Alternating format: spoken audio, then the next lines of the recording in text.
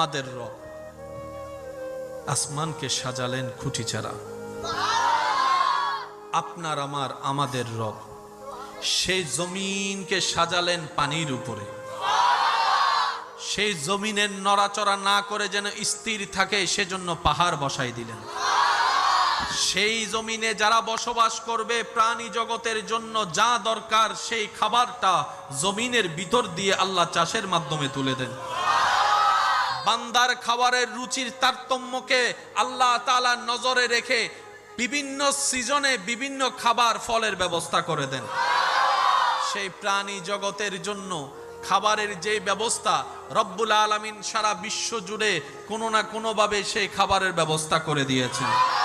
সেই প্রাণী জগৎ বেঁচে থাকার জন্য যেই অক্সিজেনের দরকার রব্বুল আলামিন সেই পরিমাণের চাইতেও বেশি অক্সিজেন পৃথিবীর মধ্যে ব্যবস্থা করে দিয়েছেন। রব্বুল আলামিন ভালোই জানে কখন কোথায় কিভাবে দরকার।